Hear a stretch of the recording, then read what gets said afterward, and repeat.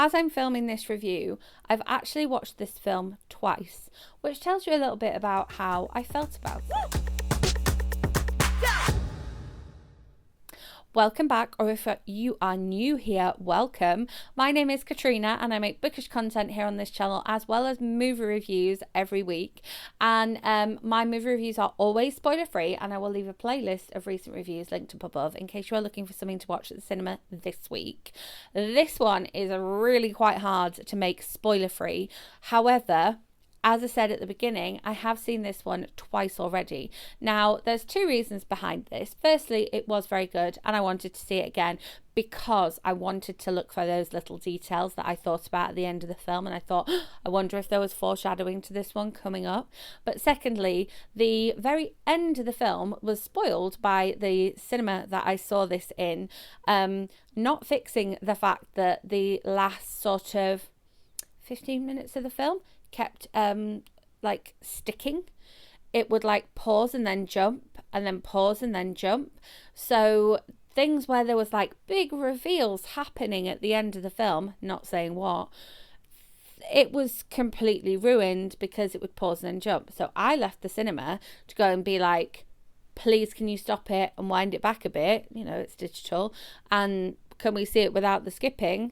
And like missed a whole section, basically came back for the very end of the film. So I missed the very last bit of the film, and so that's another reason why I needed to see it again. However, I wouldn't have been bothered seeing it again if I didn't like the film, and I got to go back and do that whole, ooh, here's this detail, and ooh, here's that detail. So I haven't already mentioned the name of the film. This is how out of practice I am at doing these videos.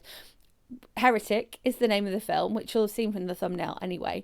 But this is Hugh Grant, yes, Four Weddings and a Funeral, Love Actually, Paddington Hugh Grant, being the villain of a horror film.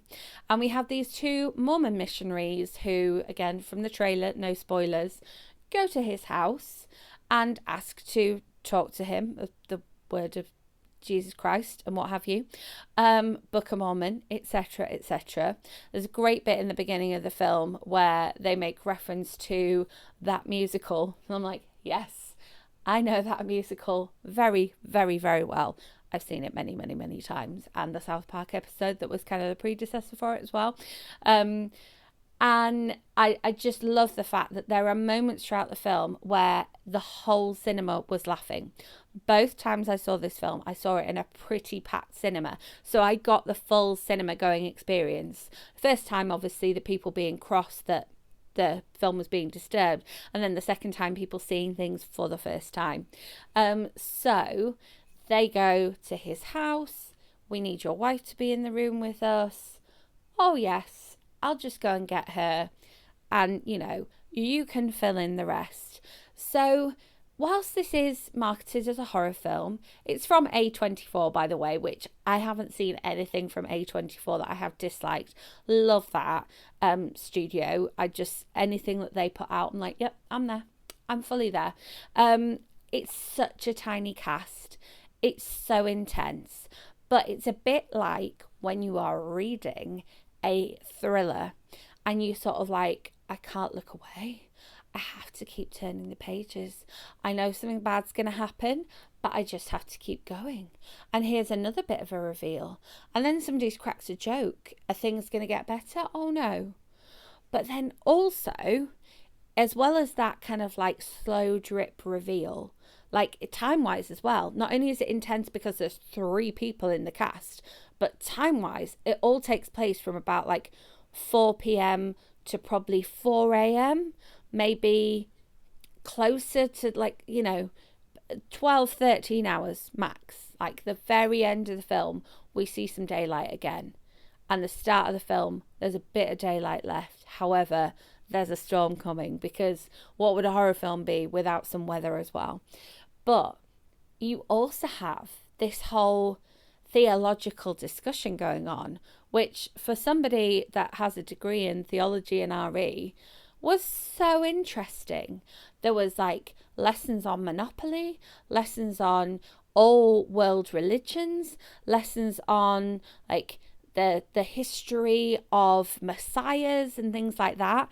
But again, all done quite quickly in, with Hugh Grant explaining it to these two Mormon missionaries.